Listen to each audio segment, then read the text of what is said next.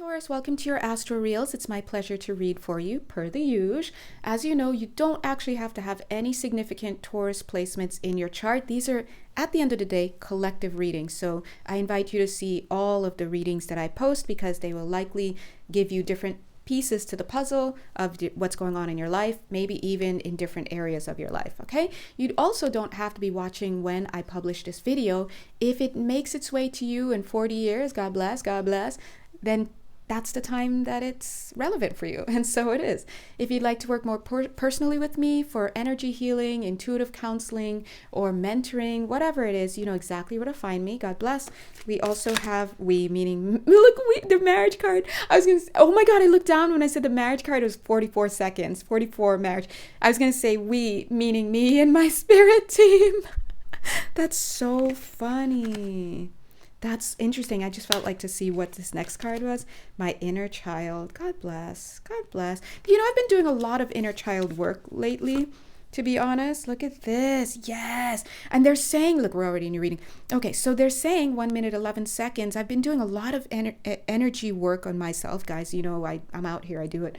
But it always leads me to my inner child because that's where the healing is. Because really, you are your inner child. You just forgot about it, right? But it always reverts back down to who you really are. It's your inner child. And my inner child, and what they're also saying right now is the inner child is what is alerting you to bullshittery. Let's just put it that way. The inner child right now is like really what you need to turn to, because the inner child is the one that's like something doesn't sit right here. And in fact, look at this, the Lover's card. See, yup. Something is not right here. There's a false energy around me and I don't like it, right? So some of you, or all of you, I don't know. We need to look at the inner child. The inner child energy will get scared at the right time. It will gravitate towards loving people and kind people and funny people at the right time. You may like a certain person or enjoy their company, but not know why. You're like, but everybody hates this person, or what's going on with here, right? Now you may be like, but Jay, if it walks like a duck walks like a dog. Okay, yeah, that too. Walks like a duck, talks like a duck, right? It is a duck. But I want you to understand that these kinds of sayings, they're wisdom sayings, yes, but that's wisdom sayings in general. But right now you're being asked to ascend, and ascension means to start to understand energy from a more sophisticated standpoint. For example, if you are looking at somebody and you're trying to determine whether they would be a good candidate for a job, for example, to fill, if you're in a hiring position and you're like, hey, is this person right for the job? Of course, you're going to use the 3D ideas like, oh, they come in, are they dressed for the occasion? Are they saying the right things? Let me look at their resume. Do they have this, that? I mean, do they seem like they will mesh well with my energy, blah, blah, and my personality? Basically, you're saying, are they going to be a problem for your ego? Anyway, but we understand that's just your run-of-the-mill basic stuff. But when you're in tune, if you're in a hiring position and you understand what your role is in this company, from a more vibrational standpoint, you understand that yes, they task you with hiring people, but you understand that it is your job to gatekeep the energy of the collective that you serve in your career. So if you're hiring for the office, you need to be aware of the energy of the office. You need to understand energetically the cycles of your different employees. Let's say you've got 8 people in there. How are they? What are they? What are their intentions? What are they demonstrated? This is all an energetic thing. Use your intuition. If you know that you're in a hiring capacity and obviously a firing capacity, you have to move from a grounded standpoint. You set your intention to being the channel through which energies can flow, coming and going in a way that is healthy for the individuals and also for the space. And so when you move from, and of course you invite a higher source, whether it's spirit, whatever you want to call it, your principles, blah, blah, blah, whatever. But the point is, and when you move from that standpoint, your lens, 4 minutes and 44 seconds, of viewing not only the energetic space, but the people within it and the people trying to come in and go out shifts. And so you may see somebody come in with scuffed shoes, and under the old system, you're like, wow, this person can't even get dressed for the occasion. Some of you do the same thing when you're dating. Wow, this person clearly didn't trim his beard, or this gal, her ponytail looks off, or whatever. And so you're on that basic, right? And the idea is, well, if they can't even do this, then how can I expect them to show up for what I need? But in that flawed idea, you think you know what the office needs. You think you know what you need to grow as a person. But the in-tuned hiring coordinator will look and realize, oh, this person has scuffed shoes. But energetically speaking, this person looks like somebody who can teach the people here empathy. This looks like the kind of person who can have their start here, can really learn and grow in this environment while teaching other people. And something about this person tells me that within a year, 5 minutes, 55 seconds, this is the person who will have transformed this office the most for the better. And this is the kind of energy that ultimately I want in my office. This is the kind of person that ultimately I want to support and see succeed. They can come in and breathe life into here. It's not just dollars and cents. In this world, everything is not just dollars and cents. If you're on that wavelength, guess what? You're reducing yourself to playing by the rules of a dollars and cents material world, but you are an immaterial energy that is just simply in a physical material body. Why? It's so simple, because you've chosen to incarnate onto this planet. This planet has a vibration that requires a physical body. If you chose to be on another planet and everybody was bird species, guess what body you would be in? You would be in a bird body. If you came into a planet, or even this planet, and the place that you were choosing to incarnate into is under the water, you would be in an underwater compatible body. So you have to understand, get your head out of material and understand what happens in the physical and the material is just, as I always say it, a carbon copy energy that is vibrating at such a frequency that it is visible and touchable in the physical range of energy. Okay? And we see this in a ceiling fan. We love ceiling fans. Yay. Well, do we? Because sometimes I'm like, but I'm still hot and you're just circulating hot air, but whatever. But when we look at it and it is off, you're totally seeing those blades. You're seeing it because it's vibrating per second, let's put it that way, at or whatever. It's just standing, it's stationary. So generally speaking, it's visible and perceivable at your level of perception to your physical eyes. But when it starts to go on medium, you could still see it, and you're noticing, hey, I see you, fan. But if you try to focus on one blade, you can do that, and you can still follow the fan when it's on low and even medium. Yeah, you can see it.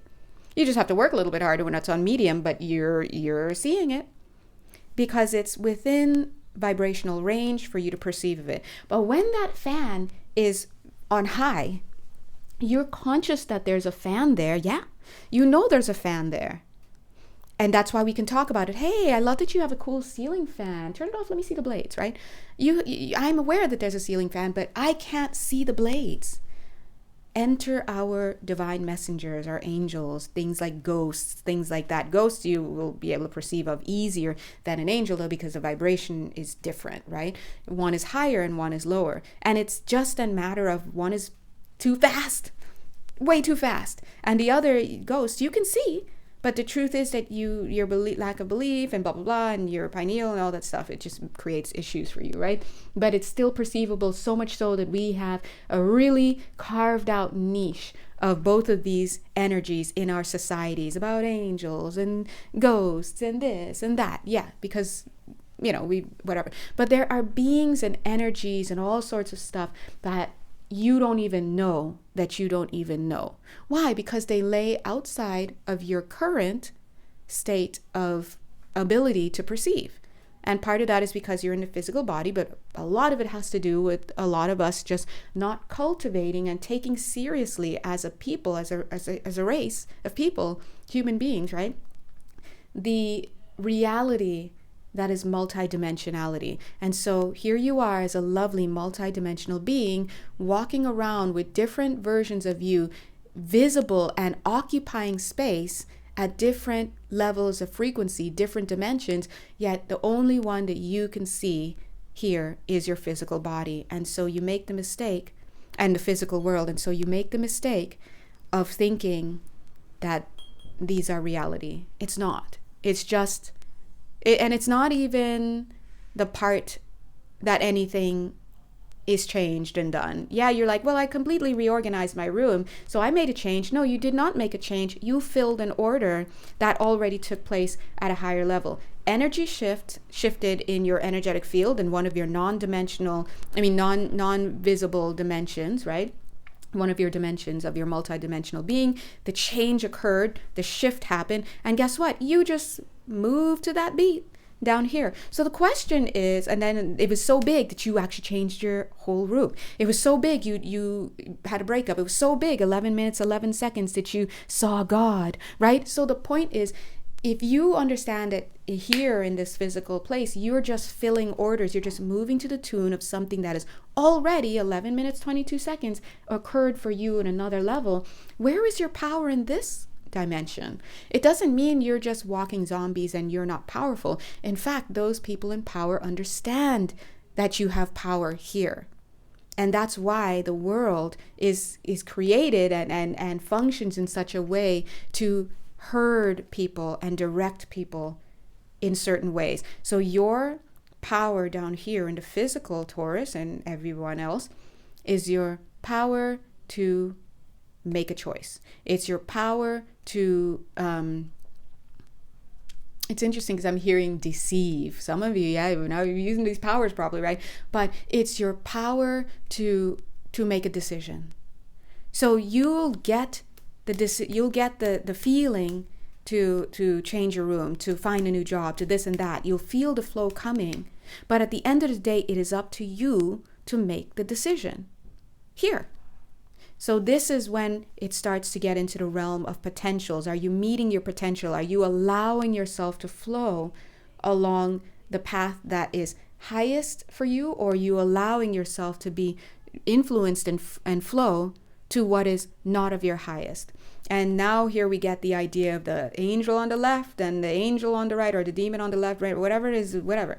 That's just talking in both sides of your ear. At the end of the day down here, the gift that you've been given is the gift of decision making.